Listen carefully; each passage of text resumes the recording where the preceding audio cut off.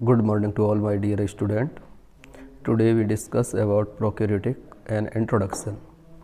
Microbiology की व्याख्यानमाला की सीरीज़ में पिछले 2 वीडियोज़ में हमने आपको माइक्रोबायोलॉजी इंट्रोडक्शन हिस्ट्री के बारे में बताया था और वेरियस साइंटिस्ट के वर्क के बारे में बताया था।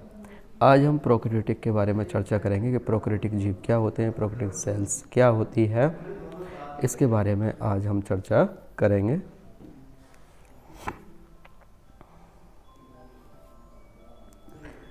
प्रोकैरियोटिक ये 2 शब्दों से मिलकर बना हुआ है, प्रो प्लस कैरियन।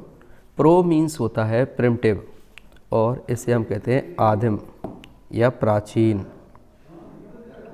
आदिम प्राचीन। कैरियन शब्द केंद्रक के लिए यूज किया गया है। कैरियन मीन्स होता है न्यूक्लियस। तो इस प्रकार के जीव जिनमें आदिम प्रकार का न्यूक्लियस पाया जाता है या सुसंगठित न्यूक्लियस नहीं पाया जाता है उन्हें हम प्रोकैरियोटिक के नाम से जानते हैं। वे जीव जिनमें आदिम प्रकार का केंद्रक पाया जाता है उन्हें हम प्रोकैरियोटिक के नाम से जानते हैं। व्हिटेकर के अनुसार, व्हिटेकर 1969 जिन्होंने 5 किंगडम क्लासिफिकेशन दिया है और जिसे आप पंच जगत परिकल्पना के रूप में जानते हैं, इस परिकल्पना के अनुसार इन्होंने संपूर्ण जीव जगत को 5 किंगडम में बांटा। First, second, third, fourth and fifth. First Monera, second protista, third fungi, fourth Plantae and fifth Animalia. Whittaker की पंच जगत परिकल्पना के अनुसार इन्होंने संपूर्ण जीव जगत को 5 जगतों में बांटा। Monera, protista, fungi, Plantae and Animalia. उसके अंतर्गत जो मोनेरा जगत है, मोनेरा जगत के अंतर्गत सभी प्रोकैरियोट्स एक कोशिकीय जीव रखे गए हैं।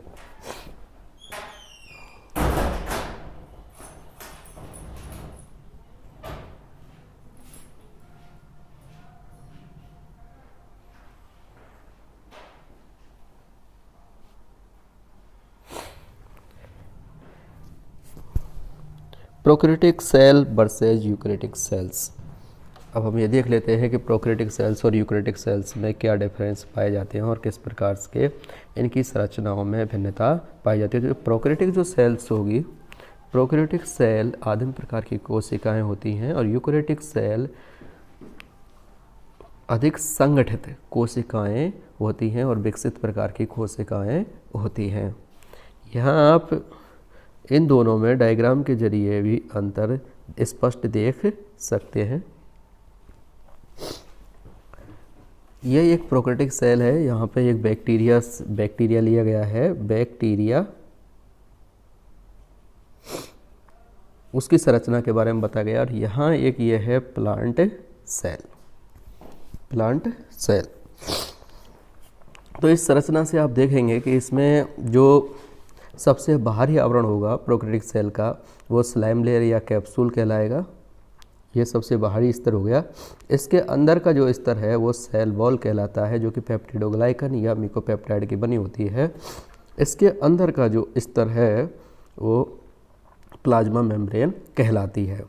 प्लाज्मा मेम्ब्रेन से ही फिम्बरी और पिली का उद्भव होता है या ओरिजिन होता है।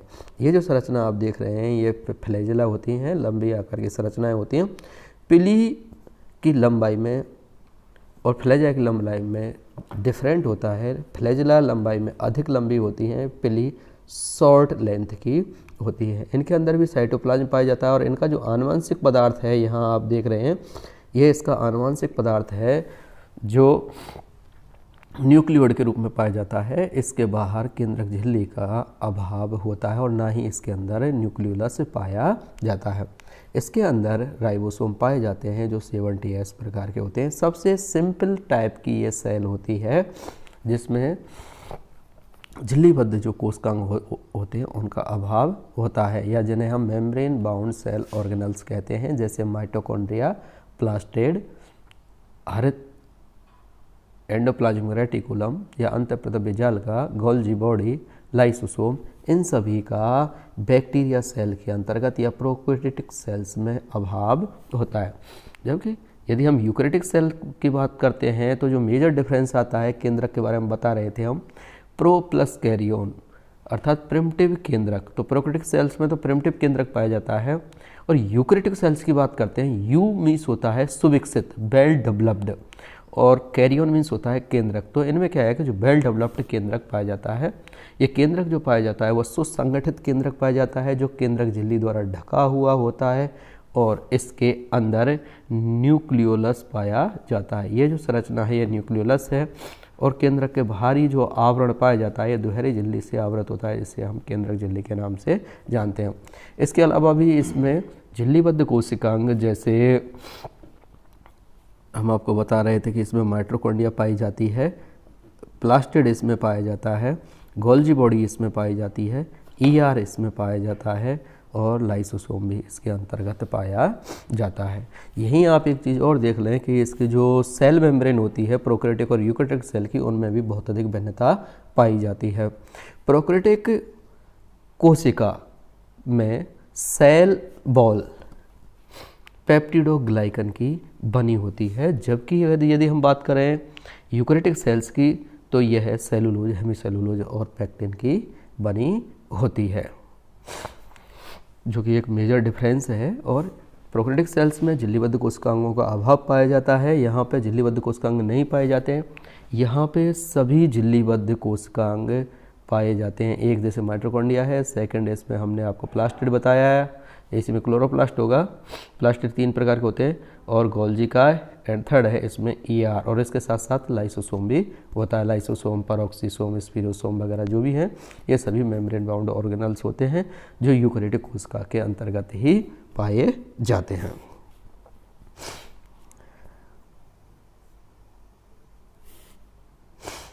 इनकी संरचना को आप स्पष्ट देख लें इसमें कि इसमें प्रोकैरियोटिक सेल्स में एक प्लाज्मिड पाया जाता है।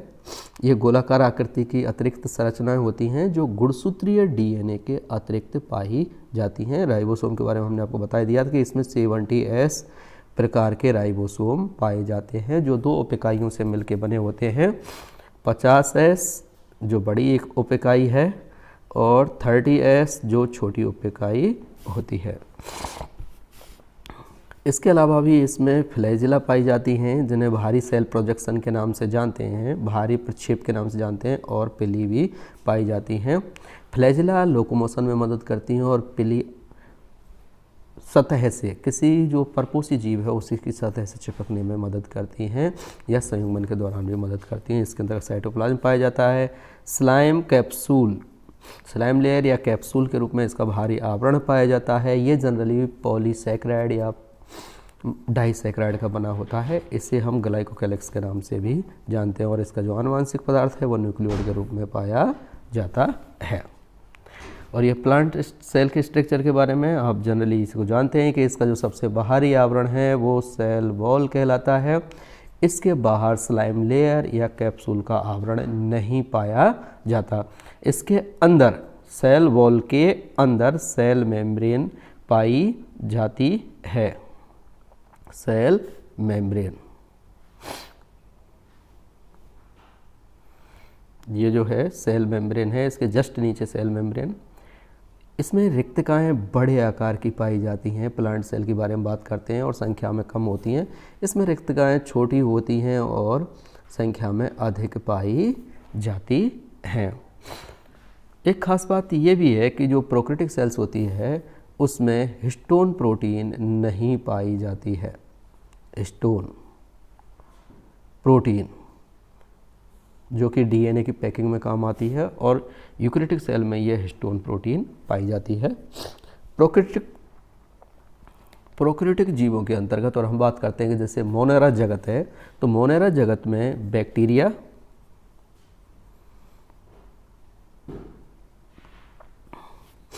नील हरित शैवाल, और माइकोप्लाज्मा।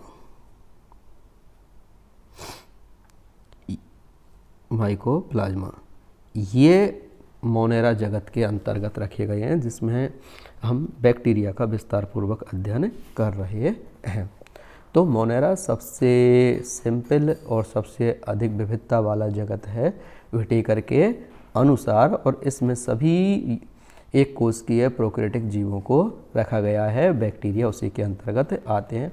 बैक्टीरिया को भी फर्दर डिवाइड हम कर सकते हैं, जैसे एक तो आर्की बैक्टीरिया है और यू बैक्टीरिया है। आर्की बैक्टीरिया तो इस तरह की कंडीशन में पाए जाते हैं कि जहाँ बहुत अधिक टेम्परेचर होता है, बहुत अधिक तापमान होता है, या फिर बहुत अधिक लवणीयता होती है, या वहाँ पे ये पाए जाते हैं। मतलब विकट परिस्थितियों में, विपरीत परिस्थितियों में पाए जाते हैं आर्की बैक्टीरिया। यू बैक्टीरिया अधिक विकसित होते हैं, जिन्हें अपने बैक्टीरिया ने, जिन्हें एबी ल्यूवेनहॉक ने खोजा था।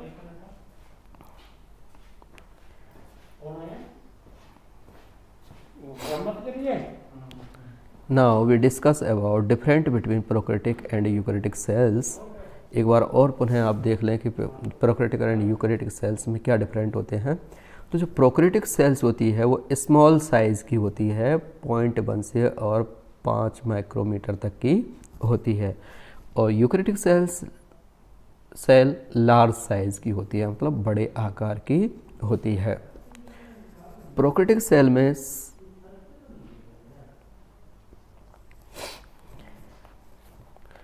सेल बॉल, इसकी जगह आप ये ना होके प्रोकैरियोटिक सेल में सेल बॉल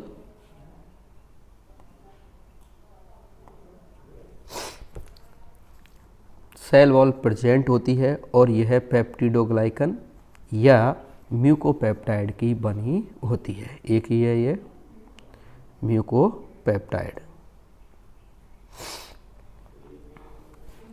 तो जो सेल वॉल प्रेजेंट होगी प्रोकैरियोटिक में, सेल वॉल, और ये पेप्टिडोग्लाइकन की बनी होती है या म्यूकोपेप्टाइड की बनी होती है।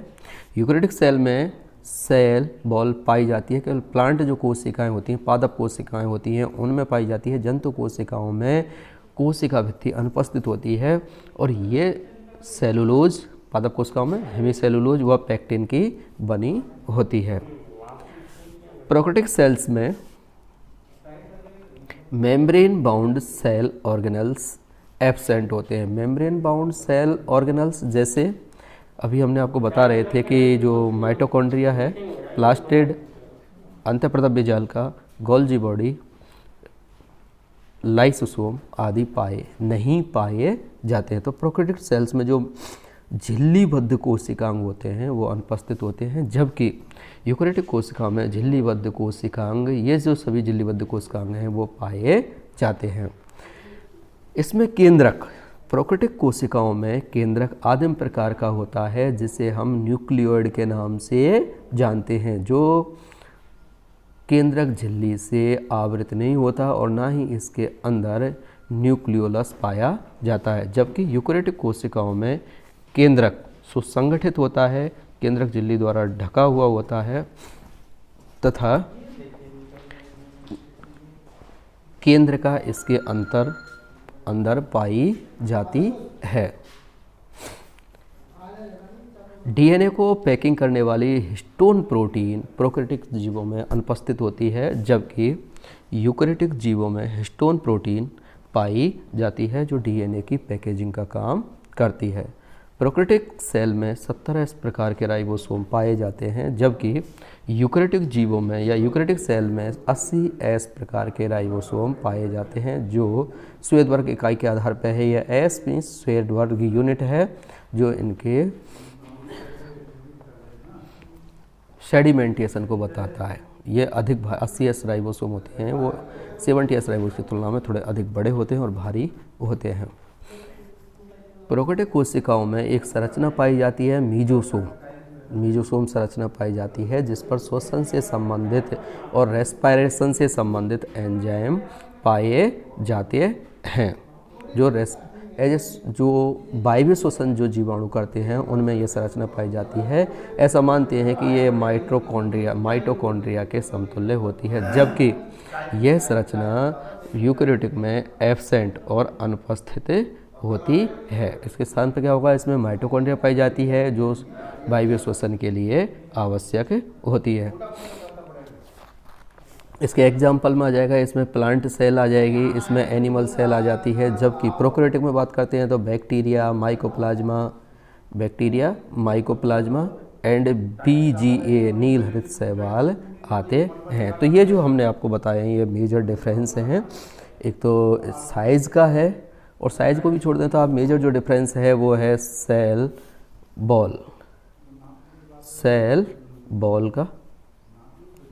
वॉल मेजर डिफरेंस है। सेल वॉल इधर पेप्टिडोग्लाइकन की, इधर सेलुलोज हेमिसेलुलोज पेक्टिन की। और मेम्ब्रेन बाउंड जो ऑर्गेनल्स हैं प्रोकैरियोटिक में एब्सेंट हैं, यूकेरियोटिक में मेम्ब्रेन बाउंड ऑर्गेनल्स जैसे गोल्जी बॉडी, अंतःप्रदब्ध जालिका, माइटोकॉन्ड्रिया, ये सभी पाए जाते हैं। प्रोकैरियोटिक में न्यूक्लियस न्यूक्लियोइड के रूप में पाया जाता है, जबकि इधर कॉम्पैक्ट न्यूक्लियस पाया जाता है। एक और ख़ास बात है कि प्रोकैरियोटिक सेल्स में एक संरचना पाई जाती है जिसे हम प्लाज्मिड के नाम से जानते हैं, जो यूकेरियोटिक कोशिकाओं में नहीं पाई जाती है। प्रोकैरियोटिक कोशिकाओं में कोशिका विभाजन के समय स्पिंडल फाइबर या तर्कतंतु का निर्माण नहीं होता है, जबकि यूकेरियोटिक सेल्स में कोशिका विभाजन के समय तर्कतंतु का भी निर्माण होता है। ये प्रोकैरियोटिक और यूकेरियोटिक कोशिकाओं में मेजर डिफरेंस हैं। इसके अलावा कुछ माइनर डिफरेंस होते हैं।